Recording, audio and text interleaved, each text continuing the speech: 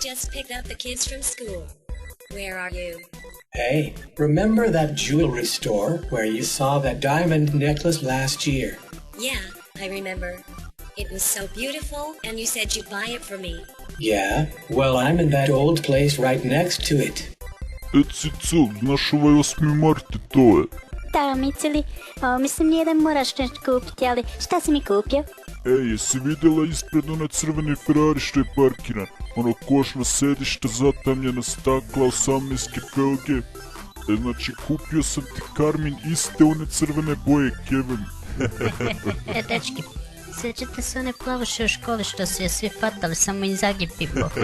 A kad prođe hodnikom, svi su joj gledali dupe, samo džibili su se.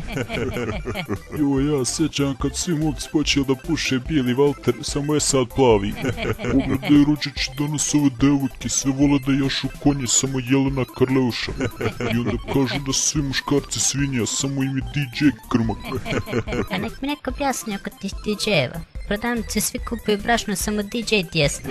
A evo, sad smo svi porasli. I ono, ženama svi kupuju srebrni nakit, samo Ibrahimović zlatan. Čudno je to, rođače, kad ljudi porastu pa svi počnu nešto da lažu. Evo, pogledaj samo ove oglase kako se žene upisuju za usamljena srca. Piše ovako, ovo ovdje slobodnih nazora. Znači, rođače, da je svaki muškarac u gradu intimno poznaje.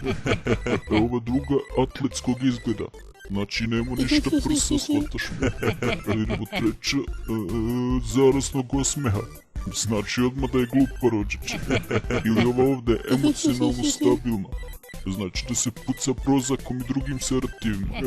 Ili ova, pa zovu, kaže, voli prirodu, Znaš da se ne brije, rođače, niti koristi dezodorans. A ovo ovdje, kaže, težina proporcionalno visini. To znači debela, rođače. I ova kaže, osjeća se dobro samo sa sobom. Znači jako debela, rođače. Evo ovdje kaže, poneka okrugla oblina.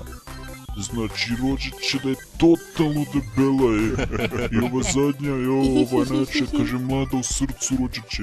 Pa znaš da je već jednom nogom u grobu. Dobro ljudi, 8. mart nećemo samo protiv žena govoriti. Evo ima muškaraca svakakvih, pogledaj ovaj ovdje.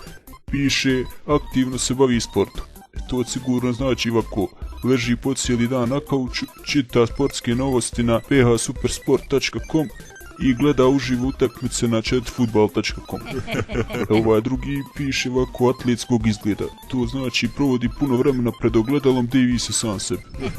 Treći, evo, slobodnih nadzora, ko je žena? Samo kod muškaraca slobodnih nadzora znači pokušat će spavati sa vašom sestrom, a možda i sa majkom. Piše ovaj ovdje ima dobar smisao za humor.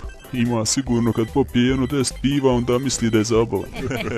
Ovaj kaže pristojan. Čoj, to su najbolji, to su oni što ti kažu, molim te, hajme donesi pivo.